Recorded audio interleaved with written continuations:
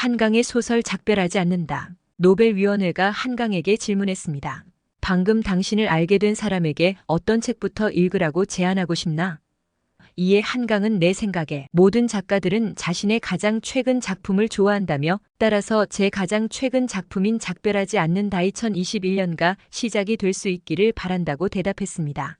작가 한강의 장편소설 작별하지 않는다는 프랑스 4대 문학상 중 하나인 메디치 문학상의 외국문학상을 포르투갈 작가 리디아 호르헤와 2023년에 공동 수상한 작품입니다. 한강은 이전 소설 소년이 온다에 이어 이 작품에서도 20세기 한국 역사에서 참혹한 정치적 사건을 다룹니다. 작별하지 않는다에서 작가는 꿈과 현실 사이에 매혹적이고 독특한 정신적 공간을 만들어 제주 4.3 사건의 기억을 응시하고 정치폭력의 피해자를 향한 애도의 윤리를 시적 산문으로 표현하고 있습니다. 이야기는 1940년대 후반 제주도에서 일어난 학살 사건을 배경으로 전개되는데 어린이와 노인들이 포함된 수만 명의 사람들이 공산 강협력자로 의심을 받아 총살당했다. 이 책은 오랜 시간이 지난 후에도 친척들에게 닥친 재난과 관련된 트라우마를 안고 살아가는 화자와 그녀의 친구 인선이 겪은 공동애도 과정을 그린다. 한강은 압축적이면서도 정확한 이미지로 과거의 힘이 현재에 미치는 영향을 전달할 뿐만 아니라 집단적으로 망각된 것을 밝히고 그들의 트라우마를 책의 제목으로도 이어지는 공동 프로젝트로 바꾸려는 노력을 생생하게 그려낸다. 이 책은 깊은 우정과 물려받은 고통에 대한 것으로 악몽 같은 이미지와 진실을 말하려는 증언 문학의 진실성 사이를 독창적으로 오간다. BIOBIBLIOGRAPHY 노벨상 위원회 홈페이지. 잠깐 여기서 좋아요, 구독, 댓글 부탁드려요. 소설은 주인공 경아가 꾸었던 꿈에서 시작합니다. 한강이 직접 겪은 꿈을 반영한 것입니다. 한강은 2021년 당시 5월 광주를 그린 소년이 온다 발표 후 악몽을 계속 꿨는데 6월 말에 이 꿈을 꿨다며 눈 내리는 벌판을 걷고 있었고 벌판 끝에 검은 통나무 수천, 수만 그루가 심겨 있었다. 그 뒤에 봉분들이 있어 무덤이라는 걸 알았다고 말했습니다. 소설은 3개의 주요 부로 나누어져 있으며 각 부는 인생의 끝자락을 마주한 인물들이 겪는 복잡한 감정과 고통을 탐구하는 작품입니다. 이 소설은 작별과 끝이라는 주제를 중심으로 인물들의 상실과 고통, 그리고 그들이 어떻게 서로에게 다가가고 또 서로를 떠나야만 하는지를 탐색합니다. 그리고 인간관계에서의 끊임없는 갈등이 중요한 테마로 다뤄집니다.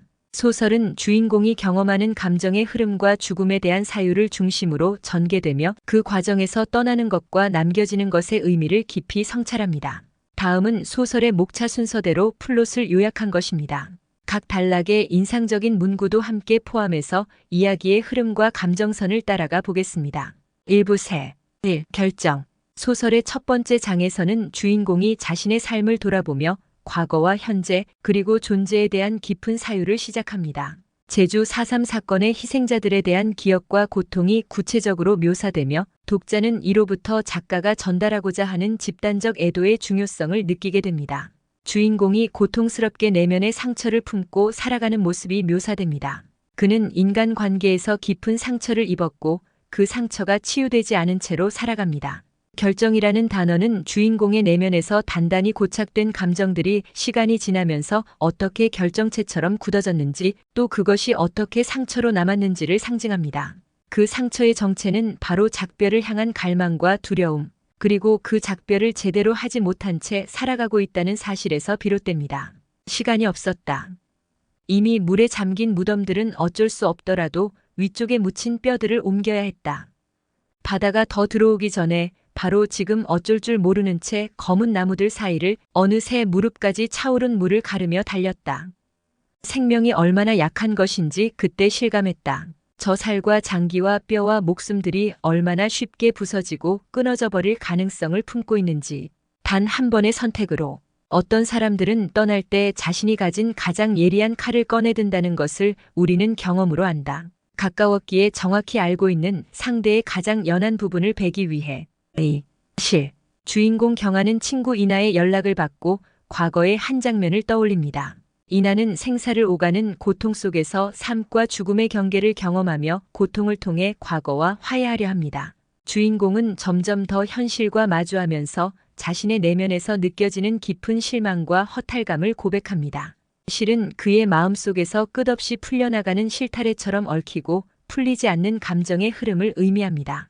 실처럼 엉켜있는 감정은 풀릴 수 없는 문제들을 상징하며 주인공은 그것들을 정리하려 하지만 계속해서 같은 자리를 맴돕니다.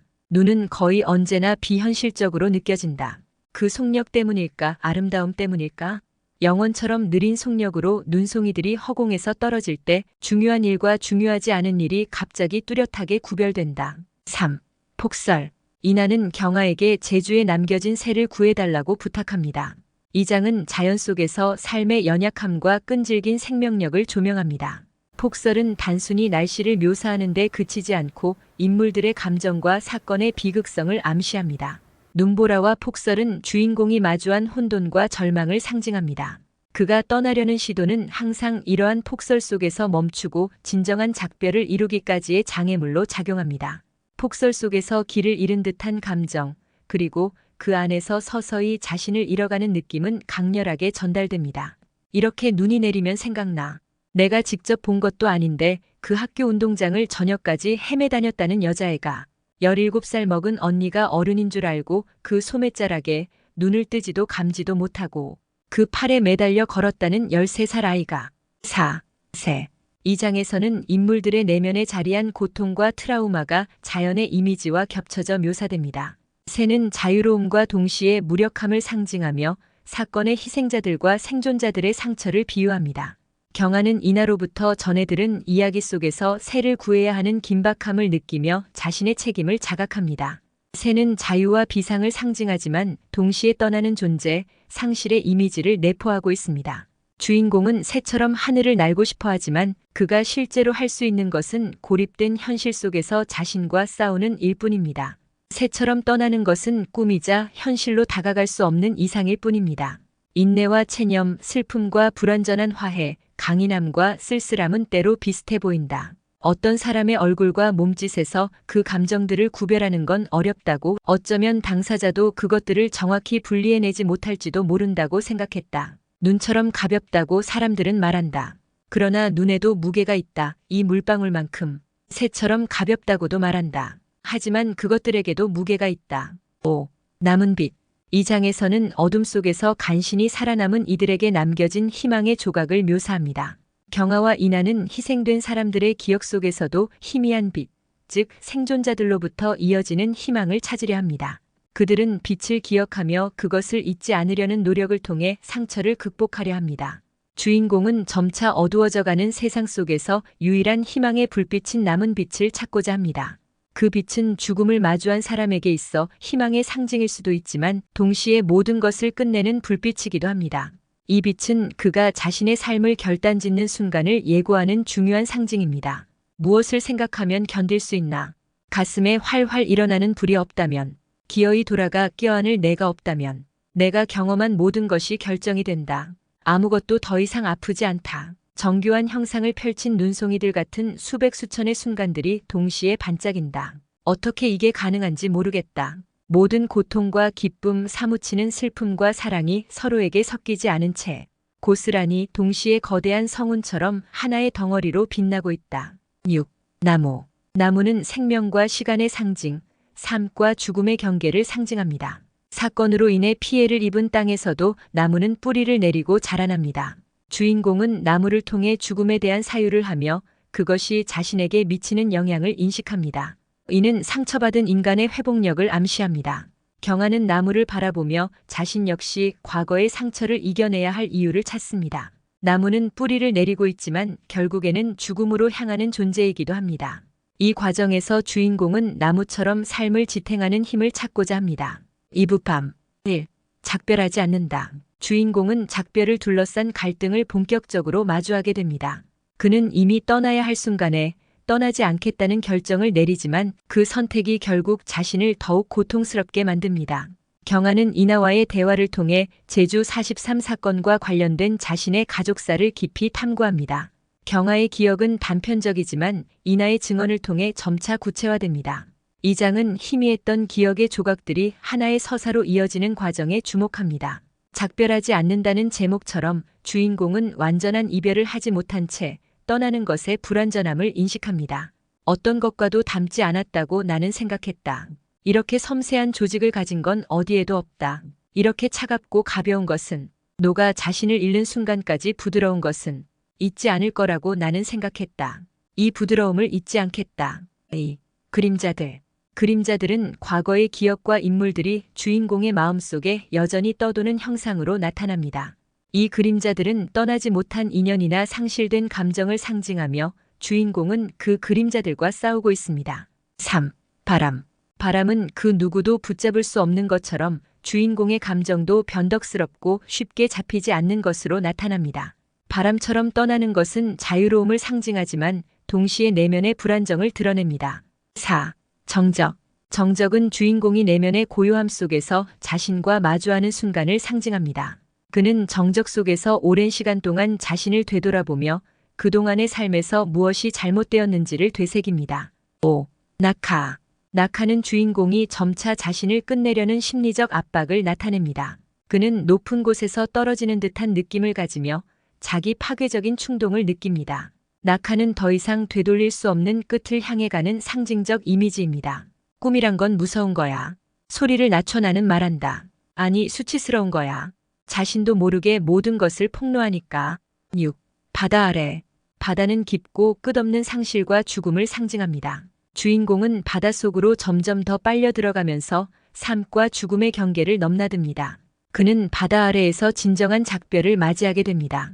하지만 확신할 수 있을까? 그런 지옥에서 살아난 뒤에도 우리가 상상하는 선택을 하는 사람으로 남을 수 있었을까? 3부 불꽃. 3부에서는 주인공이 자신이 겪은 모든 고통과 상실을 받아들이며 비로소 불꽃처럼 자신을 재생하는 과정을 거칩니다. 불꽃은 소멸과 재생을 동시에 의미하며 주인공은 이 불꽃 속에서 새로운 삶의 의미를 찾아가려 합니다. 뻐근한 사랑이 살갗을 타고 스며들었던 걸 기억해. 골수에 사무치고 심장이 오그라드는 그때 알았어. 사랑이 얼마나 무서운 고통인지. 하지만 죽음이 이렇게 생생할 수 있나? 뺨에 닿은 눈이 이토록 차갑게 스밀 수 있나? 작가의 말. 작가는 이 소설을 통해 작별을 주제로 한 깊은 사유를 담았습니다.